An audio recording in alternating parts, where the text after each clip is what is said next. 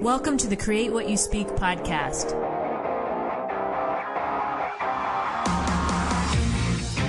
Join me as we have a real-life discussion on how to change your life by changing your thoughts.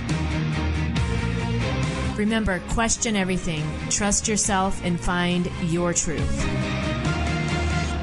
Welcome to the Create What You Speak podcast. My name is Sloan Fremont, and I'm your host. This week we're going to be talking about it's time to end the communication Cold Wars. This topic this week is something that I think every single person can relate to in some way or the other. This is so important right now. Also, I think it's communication is something that is, I struggle with. I know my friends struggle with. Maybe you're struggling with it too. So this week we're going to talk about how to change that, how to do something different, how to, especially if you've been getting the same results in something, how to show up a little bit differently and get different results. So we're going to talk about communication Cold Wars, what those are, and what to do about them this week on the show. Before I get into that topic, I wanted to update you on a couple of things. So I'm totally redoing my store.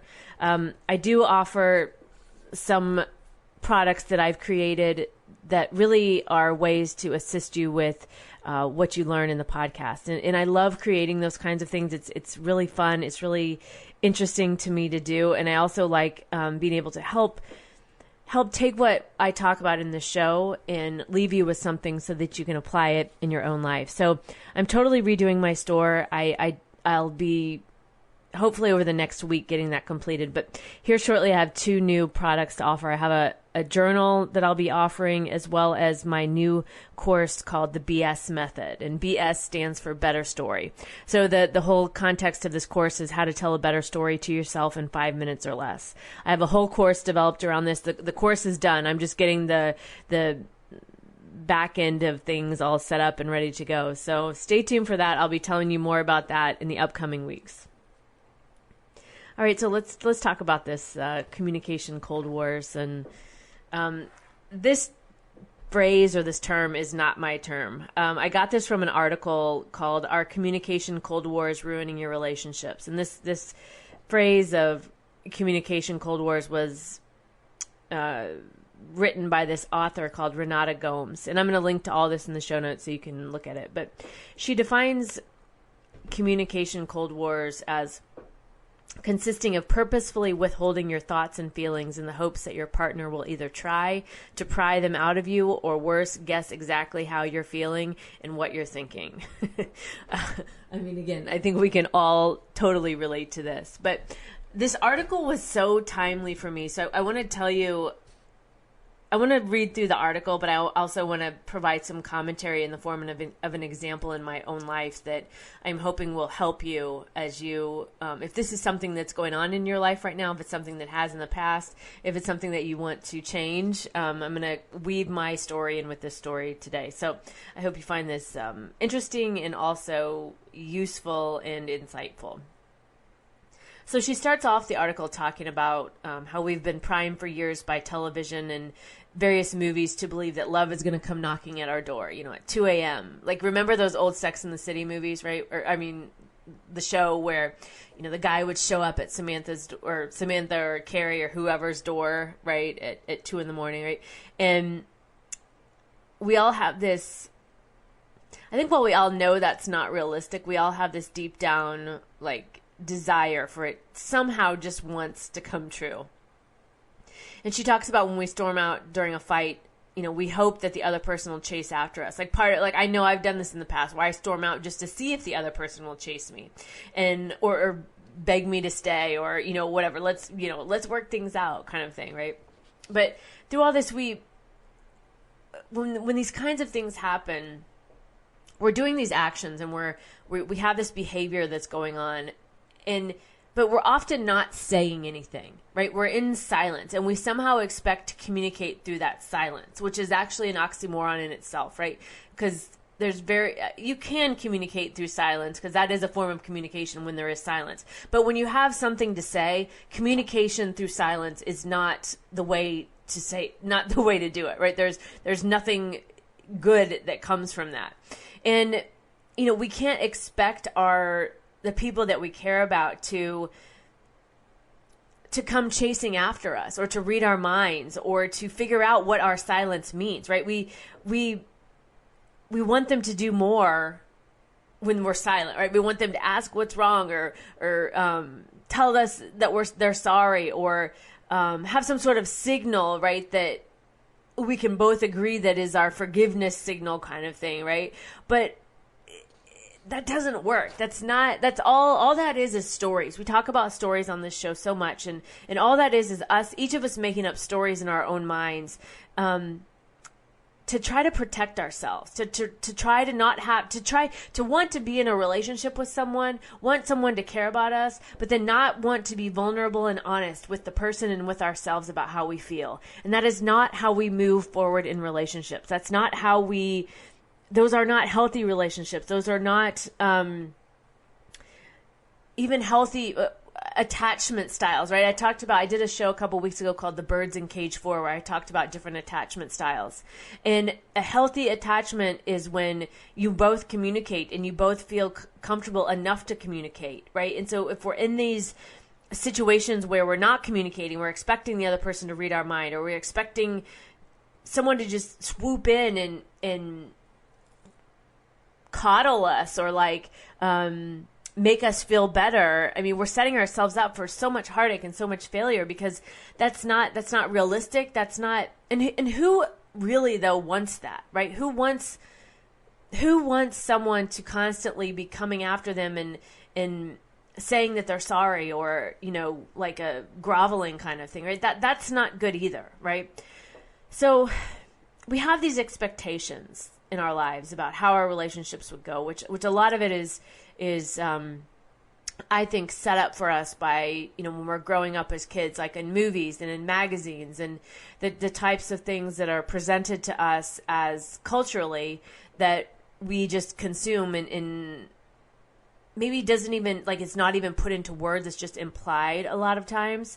And then we get into our adult lives and we're like, but wait a minute, nobody's doing those things for me. Why isn't this happening? What's wrong with me?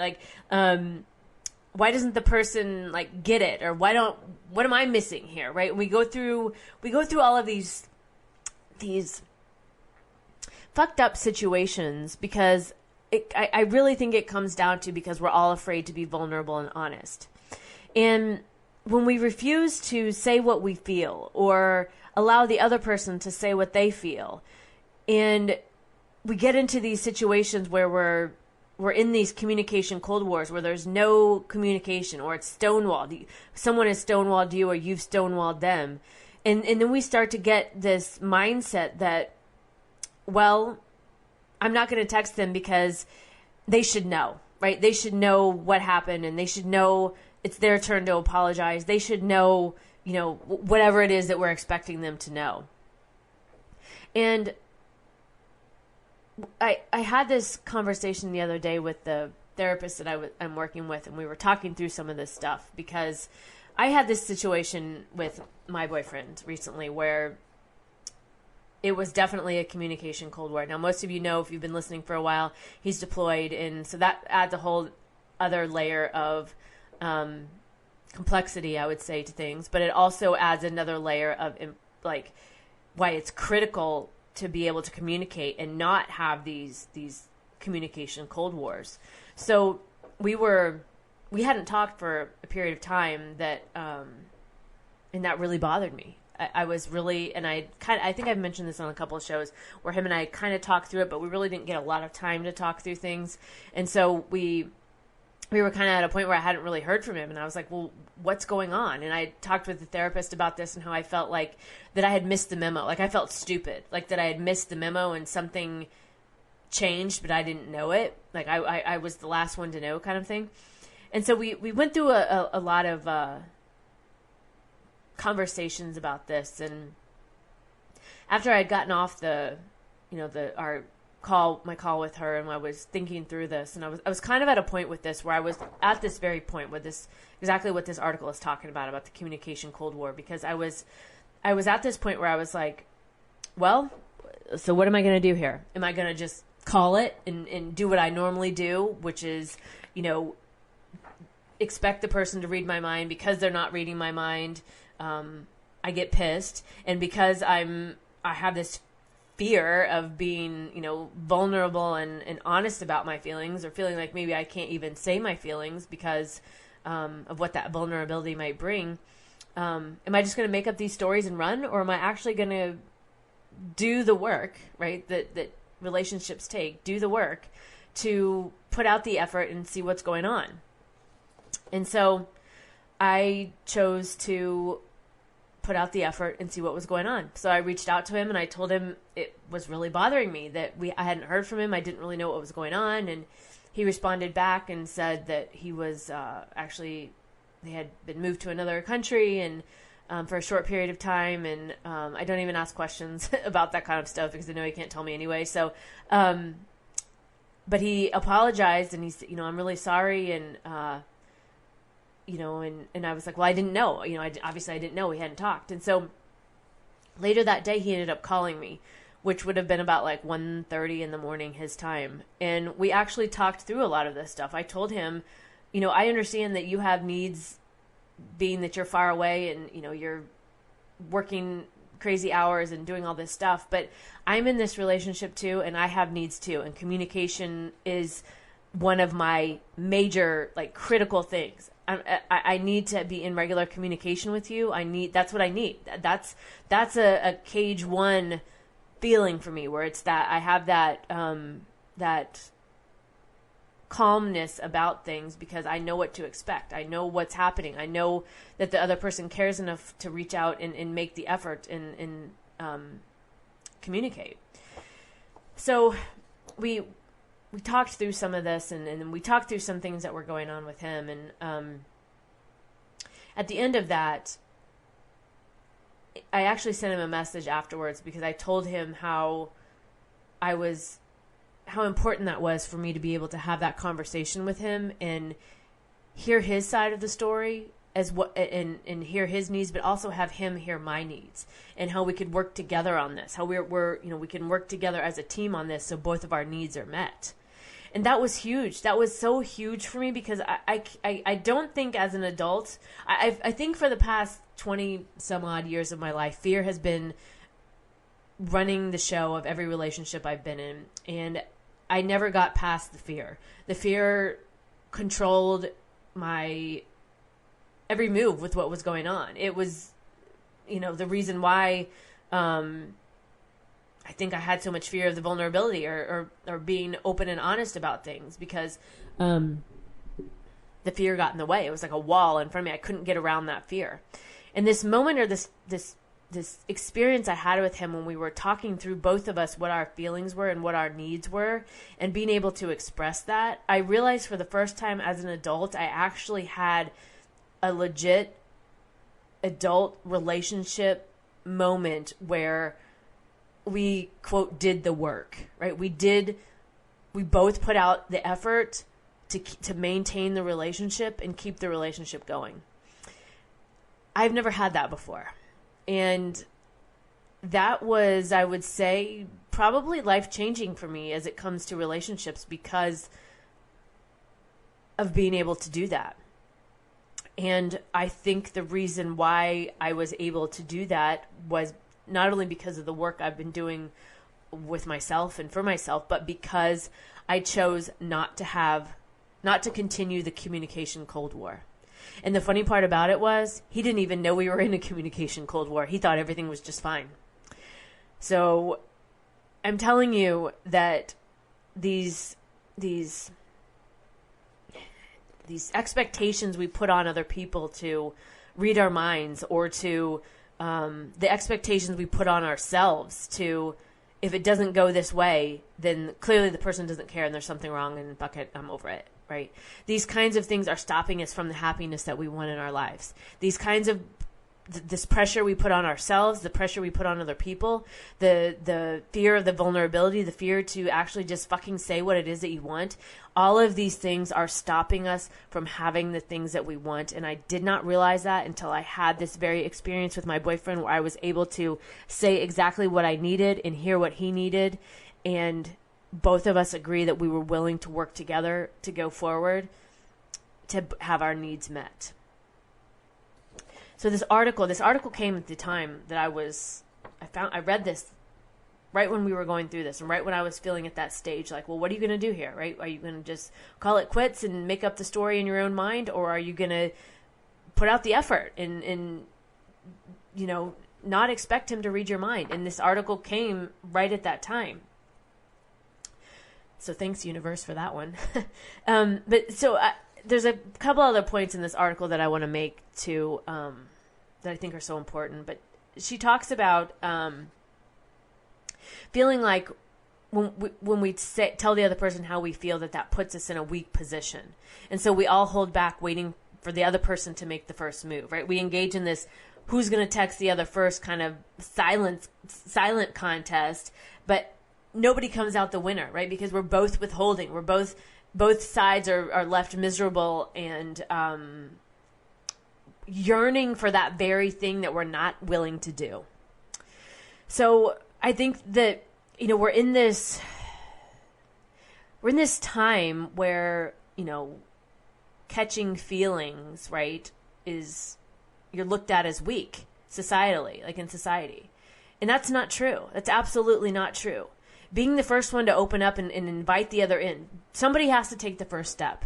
So being willing to take that first step and invite the other person in and tell the person how you feel is terrifying as hell, but that is how we get what we want. And I'm not saying every single time that it's going to work out for you. There's going to be times where, you may try to do this and it may backfire on you. And because I've had it happen many times. But when we approach this from this, when we avoid having these difficult conversations, or we're afraid to say how we feel, or we're not willing to be vulnerable, this is exactly what's keeping the love that we want away from us. Not reaching out because we have this twisted sense of pride is costing us our happiness. It's costing us our happiness, or at least the opportunity for us to grow, like I just had said in what I had experienced with my boyfriend. So there's so many things, right? We can refuse to text. We can blame the other person. We can do all of these things. But in the end, we're the ones. We're the ones that are allowing it in or holding it back. And this article, I think, it's very short. It's not long, but it's exactly to the point. And I think it's so important that we start to say how we feel. We stop this expectation that everybody should read our minds. We stop this expectation that we can't show our feelings to other people.